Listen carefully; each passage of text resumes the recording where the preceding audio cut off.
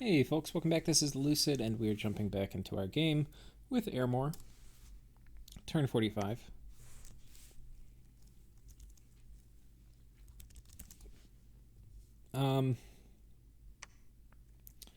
So we have a message from Scaleria. So it has come to this, my faithful brethren. Let it be known that we shall not fall without a fight. You have forced our hand, so we must release our most precious and sacred creation. Behold the divine meme. If you don't attack the fort, I will somehow find a way to Bane Venom charm you, because I swear to God, I did not go through all this meme theory crafting to see it fizzle out. So I wonder if he's going to let me attack the fort this turn. But it appears he is attacking me outside the fort. Is this a normal? No. This is not a normal attack. Alright, guys. Welcome to turn 45 Scaleria. Look at all of this madness. Look at all of that. On our side, we have a few brave souls. Look at the difference. My guys are like spread out to make them look better. We're in like sparse line formation. Make us look big and scary. Meanwhile, Scaleria's over here like here's his deployment box. His deployment box is like this big, so it doesn't matter what fucking formation you put them in. It's like we're just gonna fill up the map until, yeah. Importantly, we have mages, a lot of cultists, a whole lot of cultists, but also mages. All right, let's get this madness started.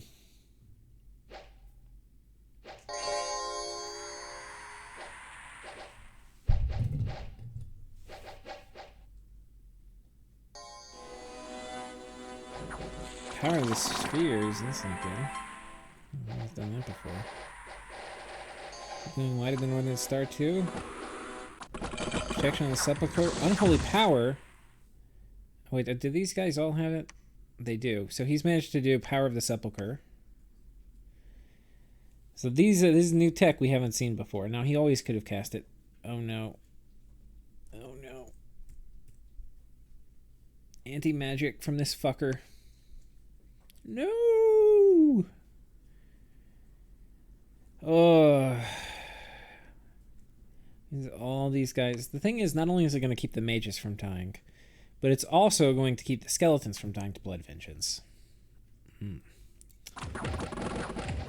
Not looking good for us, guys.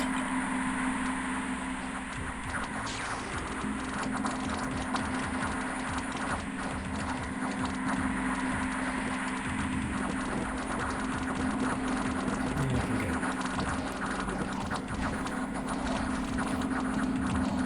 I made a meme about it. I'm going to try to dig it out. But for you to attack, Scaleria is Ermor. It's like that South Park episode where Randy's trying to get cancer, and so he ends up radiating his balls so that he can get cancer to get medical marijuana. And he's just walking around with his balls, like swollen balls in a wheelbarrow. And that's Ermor. And also Withering Bones is coming out. Really cover that, but that's also new tech. That's Ermor, basically. You can okay, see this effect right here? That is Withering Bones. I think it actually slightly missed, killed some of his own guys. But you'll be able to tell the next Withering Bones when I hit. There's another Withering Bones. But yeah, that Randy with his balls in a wheelbarrow is basically like, yep, I'm Ermor going to attack Scaleria. This is what I've been basically expecting the whole time, but was hoping I got to finish Scaleria off before it happened, which was Witherbone spam with anti-magic and Power of the Sepulchre. Major feels bad, man.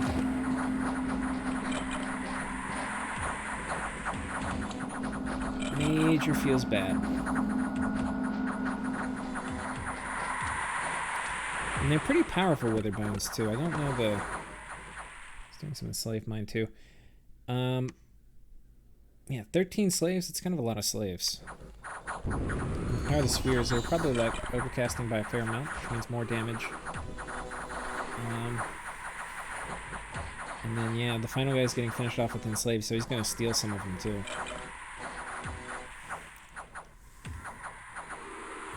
Kind of hard to tell in the turncoat, but riggedy. Here's one of my turncoat knights. Riggedy wrecked. I mean, we got absolute. I don't know how he thought he was going to lose this fight. Like, I don't attack his fort. What is he talking about? So I know he had made some comment in the game chat about having, like, using fire gems for some kind of meme. I don't know what it is, but could be hilarious. My guess is like Phoenix Pyre plus I forget what you call it. Inner Fire plus. So my guess is this: it's Inner Fire with Phoenix Pyre, and maybe like Vengeance of the Dead amulet. So like some kind of exploding amulet, but it could be something else. I think he has fire on his god. Maybe he does. I don't really know what it is. We'll find out. On his side, he loses some stuff. He loses almost no cultists. He loses 2 thaumaturgs and 2 grand thaumaturgs. So not nothing, but not much. He gains a few lictors and knights and loses only 1,000 undead out of 4,000 total. And meanwhile, for our side, it's just a wipe. We lost 100 sacred knights and 80 sacred lictors. I mean, a complete wipe. Complete wipe. This is what I was worried about. And I mean, honestly, he brought more to the fight, but like, I mean, this is kind of, aside from the fact I probably should have rigor mortis by this time, but I made a tech switch to go for construction, and I didn't find any good indie sites, and I'm a Drain 3 Ermor. Like, you could have better research by now as Ermor, for sure. But, and basically better research for this would be rigor mortis, but I don't think that would have really helped me. It would have helped, but I don't know if I would have won this fight. There's a lot of undead. And a lot of priests. Now, I could also do anti-magic. Probably be doing anti-magic because he can magic duel me. So I can't really bring astral mages very easily. Anyway. This is the world we live in now. And I think if you're playing Ermor, you deserve this. So... and this is probably cathartic for him, and it's probably deserved by me. Dirty Ermor players need... they deserve to be eternally locked in a fight with Scaleria.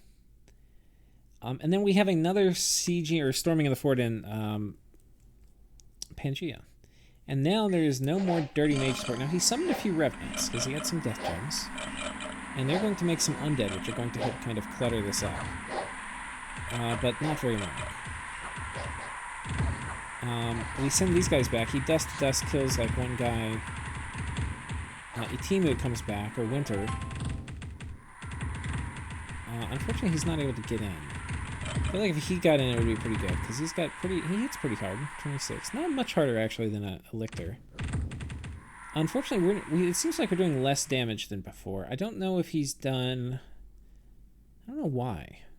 It feels like we're doing less. But he's managed to scare them off this time, just the same. Before, he was having to hit them with panic for a long time. Gradually get them down. I think he got really lucky on this.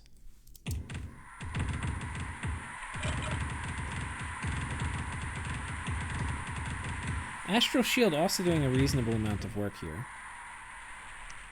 Might have been good if we got more powers of the Sepulchre off. Or maybe came in with anti-magic. It's definitely lowering our damage output, and we're not, before we were seeing the occasional hit for 10 or something. Right now it's significantly less. We're working through them. We're definitely working through. We get them pretty low. 167. Turn time, okay, we're on 56. We still got time, but I don't know if we're chunking through them quite fast enough. Tune of Growth, pretty good for slowing me down. 132. We're getting kind of close to the turn timer. I think it's at 80 and we run. Or no, it's 90, I guess. Yeah, we're going to retreat now.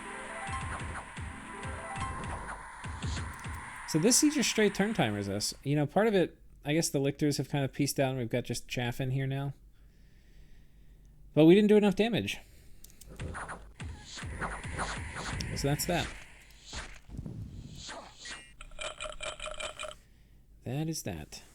If we look at the ledger for that battle, now we're kind of floundering around. I think before it was a little justified. This is a little embarrassing. We didn't lose that much. We lost the knights because when we retreat, they're not very good at retreating. They disintegrate. We killed revenants, but who cares? We lost a wolf tribe shaman who's diseased, but all in all, not very good. A little embarrassing. And I think that's our last time to try that strategy. For whatever reason, it worked in our test games. I haven't fired it back up again to see why it didn't work or to try to recreate it, but we'll just accept that that's not going to work. Over here, that we're sieging. This is Inn's fort. And Inn is basically wrecked, and so now we are taking this fort from him. We've caught a ton of Naba scouts running around. We got another lumber construct, Vine Willow. Province income plus 50 in Pangaea. Damn. I don't think this will last when we depopulate it.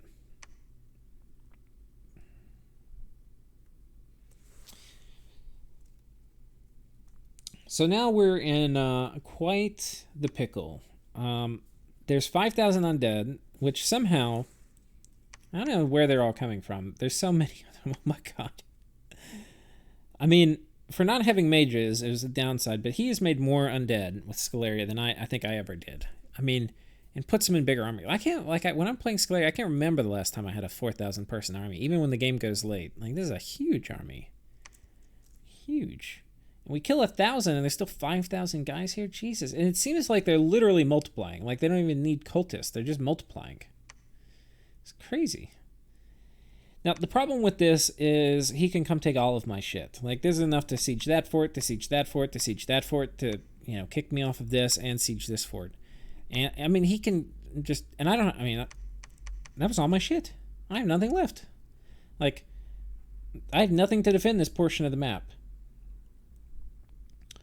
So what we're going to do, we're going to do a few things. One is I'm going to pull some of my troops off of Pangaea, and we're going to just start really pulling everybody. Wait, whoops.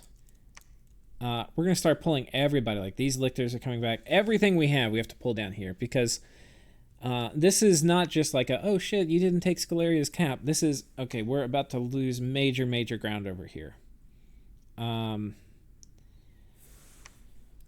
So yeah, we're sieging this so that I don't think he can knock us off, and if he's not in position, we can potentially still storm it.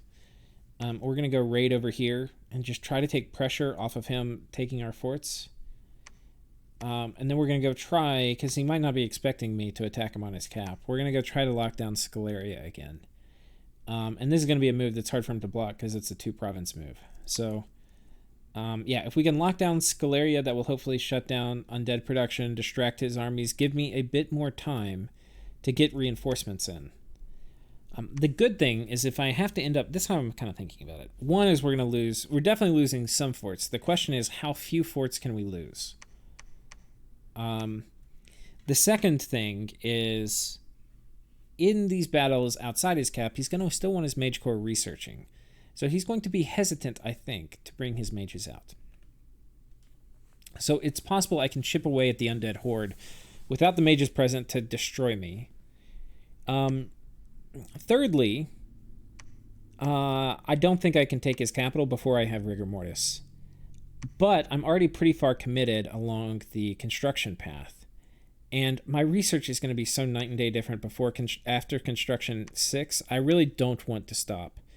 So instead of stopping, right, and going straight for rigor mortis, I can't remember. We're making, skull mentors. I'm making a skull mentor here.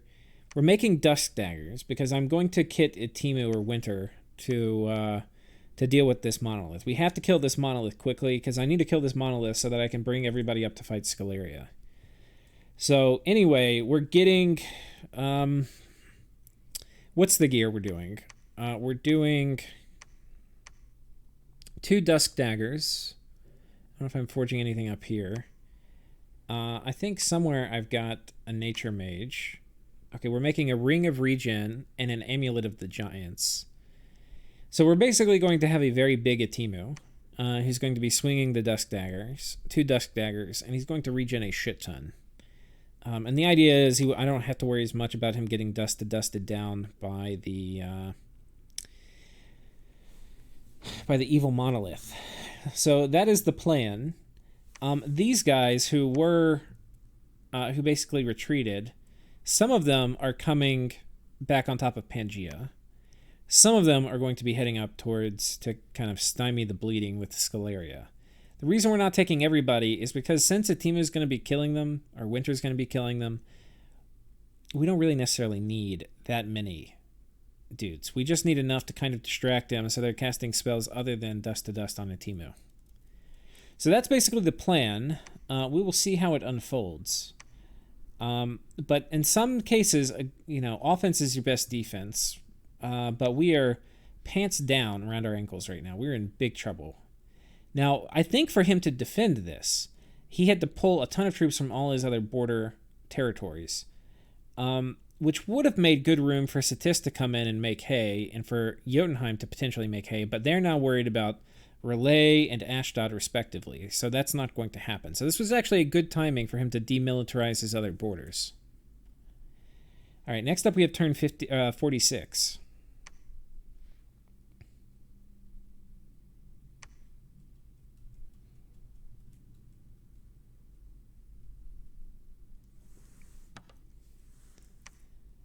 Okay. And he did not put any PD in Scaleria again. And had nobody patrolling. So we took his cap again, just raiding him. He moves a few squads out onto my forts nearby. He moved 400 cultists onto this fort. Well, I guess we'll do this from the map. He moves 400 here, and 1 turn pops the fort. He moves 400 here, but does not quite 1 turn pop the fort, because this is a better fort. This is a 500 fort. So I have no way to defend this. This fort's basically wrecked. I have a few guys here and here, but this is not enough to fight 400 dudes. But we were successful in tying this fort up, and we do have this thing tied up. And he also moved an enormous squad of 2,000 long dead down here, which presumably is to kick me off of this fort, but also presumably to attack here. He also has another casual 500 undead over here, and then probably another 2,000 undead that are trapped inside this fort. So we have that going for us. Pangea also continuing the Liberation Front, has attacked me over here in Windsong Forest. And we have finished the gear for Winter. So we are putting it on the Wolf Tribe Shaman. We've got a Dragon Helmet, the Ring of Regen, and the Amulet of Giants, as well as 2 Dusk Daggers. And we are moving up here, where Winter is waiting patiently. The fort is cracked, and hopefully next turn we will try to storm. Meanwhile, we have 1 guy patrolling. We have this guy moving patrolling here, so hopefully we catch some of the Pangean rebels. And we have some of these guys and are moving over here. I kind of like using the language like calling them Pangean rebels, because obviously they're just fighting for their homeland. But that's kind of, Ermor, in the vein of all good dictatorships, is of course calling people just fighting for their home rebels. The best way to normally tell when you're getting bullshitted about somebody getting called rebels is, where's the fighting taking place? If the rebels are attacking you where you live, then maybe they are some kind of terrorist rebels. If the rebels are fighting you where you do not live and where they live, then maybe you're an oppressive, evil empire like Ermor. Okay. Coming over here, we're just going to raid this. And yeah, a lot of this is just logistics, getting all of our troops down here. We've got a huge contingent of Sacreds arriving over here. We've got a lot of Sacreds arriving over here. So just if you look at the ones that are coming here and here, you can see that our empire has pretty deep pockets. Like, we have a lot of reinforcements coming in. And that is largely due to our huge contingent of archbishops here, just mass manufacturing lictors. And our dominion has been growing very steadily, as our forted provinces have also been growing. So, like, compared to 10 turns ago, or, well, compared to 20 turns ago, 15 turns ago, we're going to be at least double production of Undead Knights. So, anyway, you can see that kind of manifesting itself. And I mean, compared to the beginning of the game for Undead Knights, I mean, look at this is like your Undead Knight production at the beginning, basically. Because Undead Knight production is going to be proportional to forts and Dominion. Yeah, we're well beyond that. So yeah, we're getting a lot of Undead Knights a turn. Like, it probably at least 20 of our Sacred Undead Knights. So anyway, a huge logistics flow of Sacred and Chaff units this way to try to reinforce this before we lose forts. But we're definitely going to lose this one this turn. Now, this one we would probably be losing the next turn. But we're going to try to throw them off. We have a few benefits for us, which we're going to try to take advantage of. One is it's winter, which means I can move troops across this river. And so what we're going to do, we're just going to take whoever we've got. I've got some ghouls, so they're coming. We've got some undead, or some normal knights. We've got some sacred knights. We've got a few chaff units. This is just everything I could grab that can get here. And they're coming in. We're going to fight. Now, if he moves to reinforce with this, we'll lose. But at least he can't reinforce from the cap. And yeah, the goal is basically, hopefully these sacred knights will carry us. Potentially, the priests can blow themselves up, banishing the Sacred Knights. And we're bringing in Power of the Sepulchre. So we're bringing in our Holy Four. And, yeah, that would be good if we kill out these guys. But, you know, we're also risking our Holy Four. So if he brings in, which would be a pretty odd move, but if he brought a significant portion of this deck in, not only would he win the fight, but he might kill my Prophet, which would mean it'd be really hard for me to take a fight with him in the future. Because for my Doom stack, I really do want that Holy Four. And yeah, we're going to be skedaddling here. We're just going to leave one guy on top. And we're going to bring almost everybody up here. Where, I don't know, these guys may die, but whatever. I mean, I guess they could come back. I want to put aggressive pressure on and try as much as I can to keep him distracted while these reinforcements get here. And then meanwhile, Moguraku or whatever is going to... I don't think this army is going to move this way, which means there's a decent chance he can move in behind them, because they're probably going to move here or here, and take this province, and just cause chaos while he's attacking me.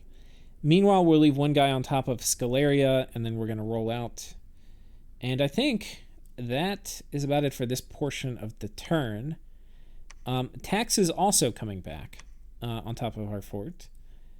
And she will be, I think, casting Regen on Winter as well. So he's going to be a very, very thick boy.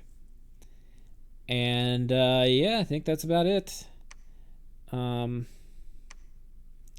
Putrascator also moving to this lab. I've got some things I need him to do in the lab. There's a bunch of path boosting items I want him to build. I think I'm also going to empower him in Earth again so he can do Earth boots. So anyway, a few things that are going to happen there. Let's go ahead and go to turn 47.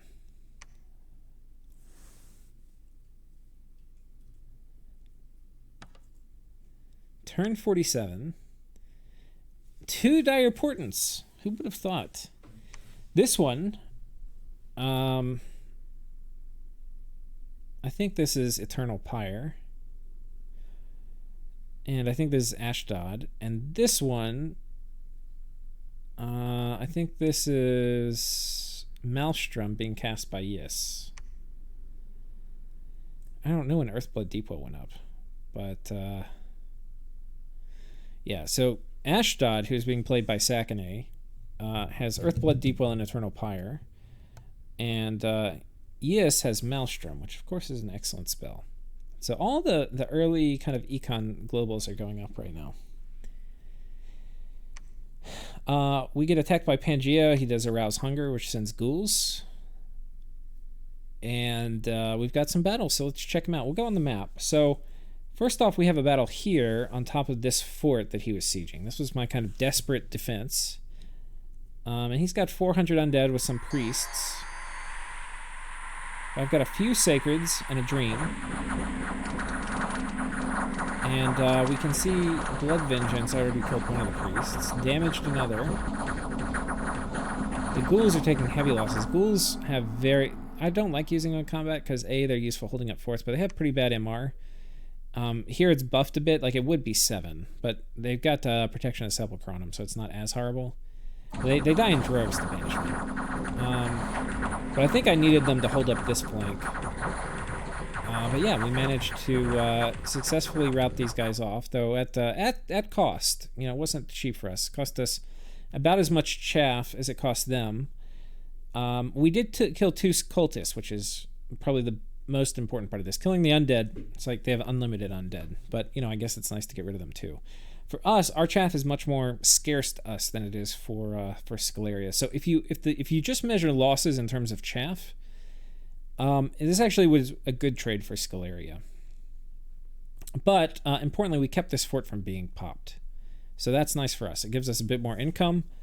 And yeah, we don't have to worry about it getting stormed super soon. Over here, he storms this fort.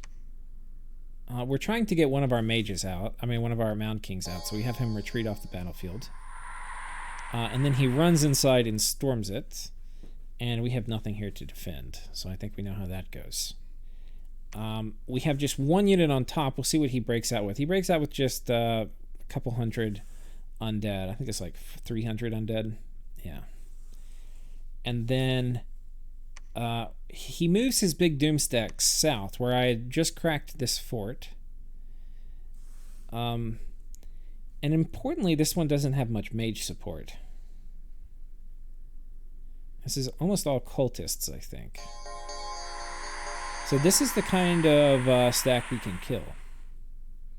But not with what I had there. So those guys did have to evacuate. Unfortunately, this little party, which I had, got intercepted by a much more numerous Scaleria host, who of course also have priests. Unfortunately, my guys on attack rear got distracted. If they got back here and killed these cultists, that would have been just glorious. But this is not going our way, as you can tell. So we killed 75, we lost 200, and then ours are more expensive for us than his, or more scarce. So yeah, so we've delayed them a bit, a few turns, and meanwhile we have now quite a bit of sacreds kind of coming in. There's a few things we have managed to do. I think we have a reasonably predictable move that I think this force is going to come here. And I think what I'm doing, we're moving patrolling, and I've done a few things. One is I've split up the fast movers in this. Or I thought I did. Yeah, the fast movers here, though I guess I didn't get all of them. I put them in their own squad, and I've had them, they're the only ones who can make it from this province to this province. So I've put them in their own squad so they can get here in time. And then we've had basically everybody come here to move and patrol, because I actually want to take a fight. The best way I'm going to chip away at Scaleria is taking fights exactly like this army, which basically have no mage support but have cultists. Because that's what I'm going to be good against. When he's putting mage support in, I have to be super careful. So anyway, we've got a big contingent of dudes coming in, and we're going to do move and patrol. I've also got another contingent of dudes, which are going to be moving over here, though I guess I'm not patrolling. Maybe I should have... Who's patrolling here? Almost nobody. Okay. I guess I didn't have enough priests to feel confident moving patrolling, because I would normally want to patrol here with these undead coming in, because, well, it's hard to say. I don't know what he's going to do with this, and these guys would die if they patrolled. So maybe it's cool just to hang out inside. But hanging out inside forts is usually risky because you can get pinned inside of them. So anyway, it's kind of a danger what I'm doing here, having sacreds get stuck inside a fort. Because this army is almost definitely going to come south. And you can see they've managed to kill most of my raiders. So all the distractions I've had are now basically gone. Yeah. And I think we have we are set up now to have our big battle in Scaleria, where we have Winter now equipped with Dusk Daggers. think we've seen all of these. Yeah. We didn't have any sites we found or anything? No. Oh, importantly, guys, Nazca has finally been finished off by Yis. So F's in chat for Nazca. Once ally, later Yis food, fish food. See you in the next game. Thanks for playing, buddy. Okay, so yeah, that's basically the big thing. We are going to be storming the fort here, and this is the goon squad who's going to storm. I've been preaching to, just even if I get rid of a couple candles, it's going to make the monolith a little bit easier to kill. Here's the squad we have coming in. It's just a few lictors. We're spamming out protection. We're spamming out unholy power, which this should hit 5 dudes, so hopefully it'll get Winter in it. He's doing skeletal body on himself, just a few of these other things. And yeah, regen, moss body, and enlarge. And hopefully he gets hit by all those. Now these guys are on hold and attack, so they're going to run forward. He's going to attack after 4 turns, but he is way faster. And he's ethereal, so he'll zip through the wall. So I'm hoping he'll still make contact. And then 37 is not a ton. So there's still a very good chance Winter makes contact. But a major risk of this strategy is that Winter gets stuck behind all the lictors and does not make contact. And I have another failure. I don't think it's likely he will die. But it is very possible that he fails to kill the monolith. So we'll see. Anyway, we're going to storm.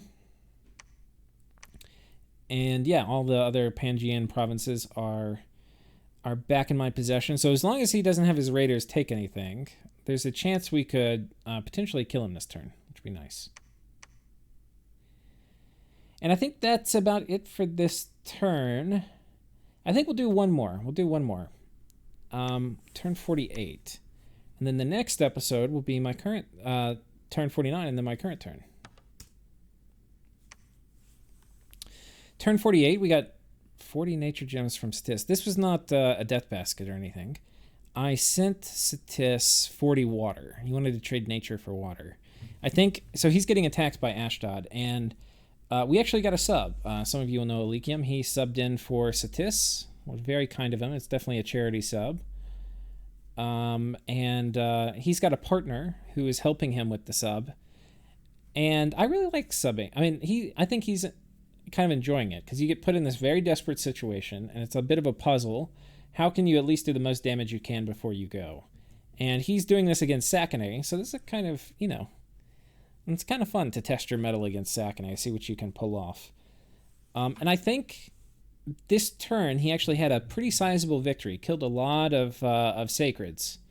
And Sakane apparently has a very, I haven't seen it in the game, so I haven't showed it to you, but I have heard now that he has a very good bless for fighting undead. He has Fire Shield. He has Chillara. He has Ermor +3. And then he has various resistances. And Satis tends to rely a lot on Skelly spam. And so Fire Shield, very good against that. Yeah. He may have a couple of, I think that was mostly his bless. So will be interesting to see what happens.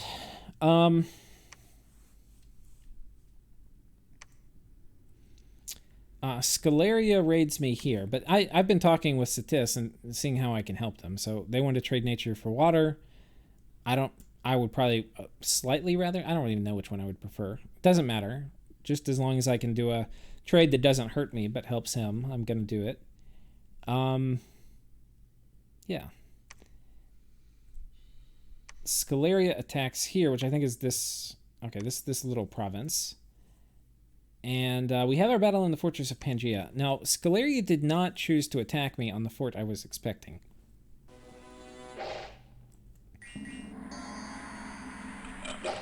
Where I basically had all those guys moving, patrolling. Instead, he kind of chilled out. And he has inside the Pangean rebel thugs who had been out raiding. And they're now part of the defense. Unfortunately for them, they get chewed to pieces by the lictors and by Winter. And Winter is now all buffed up. I don't think he got the moss body buff, but and Enlarge won't go on him because he already has He's already size 4 from the Amulet of Giants, but you can see it's pretty hard. He's got 221 damage Dusk Daggers. He has another Affliction. I can't remember where he got the other one, but he now has a chest wound also, which is a bit of a zinger.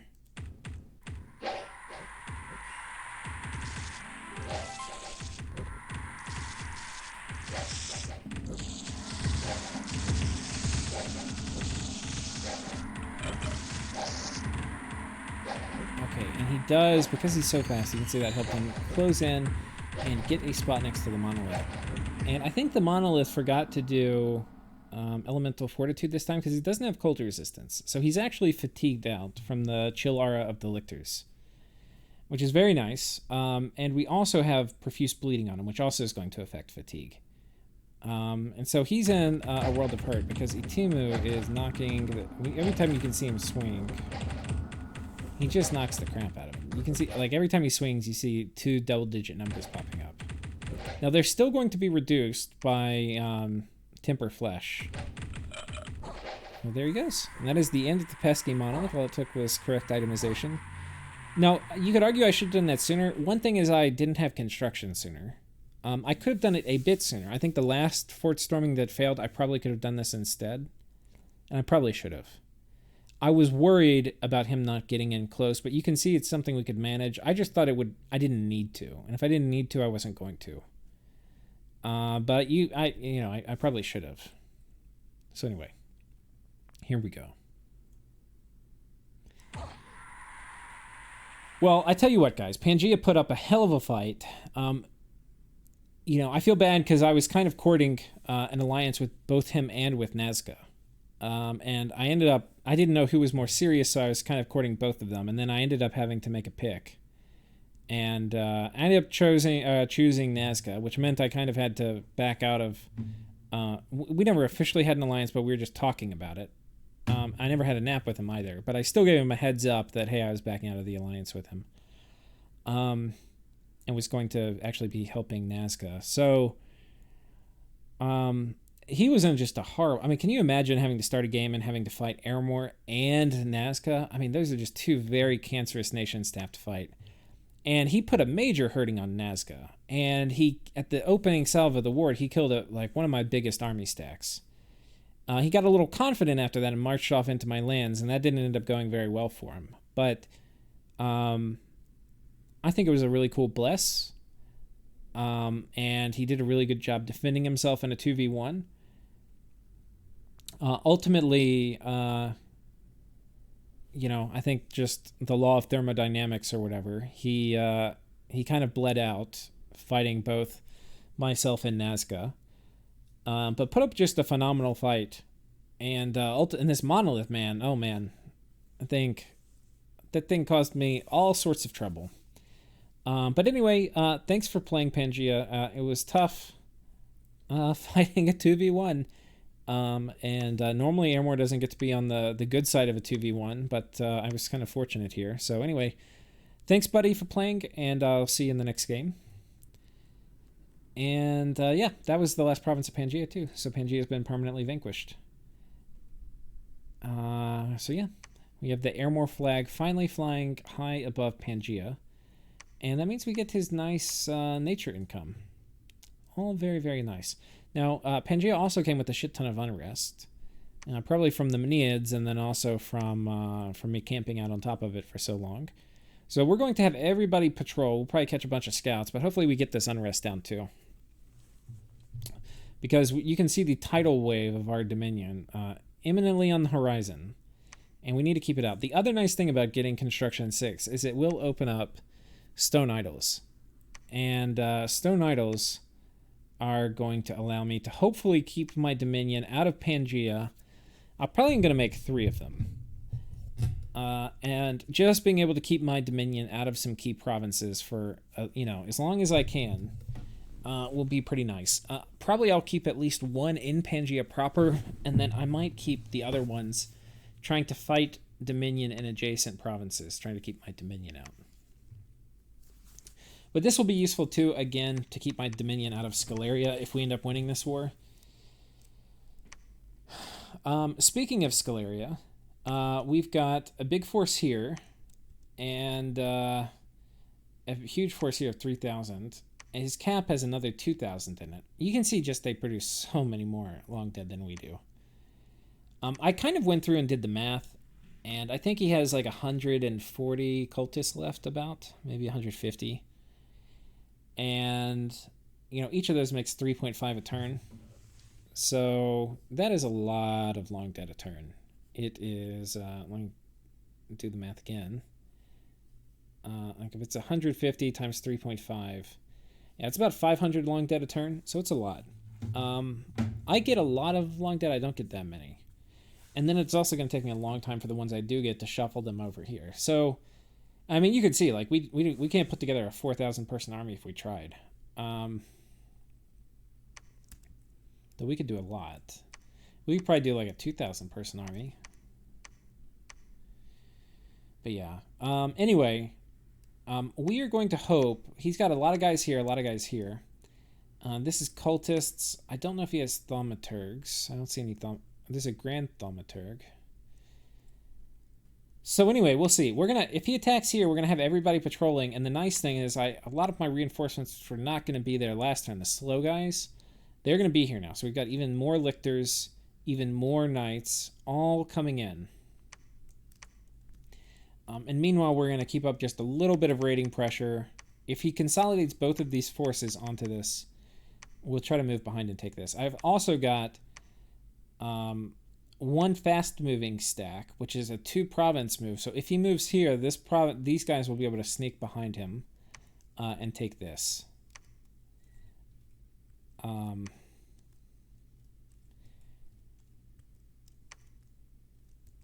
okay, wait, so I've got a few things happening. One is I've got a bunch of my guys moving here. So either we're going to have a fight here if he's patrolling, or we're going to have a fight here if he's moving this way.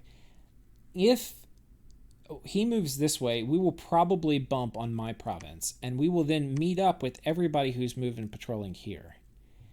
In the off chance that we don't, then the people moving patrolling here from my side will bump into his guys, which, if they're consolidating, will come in this way.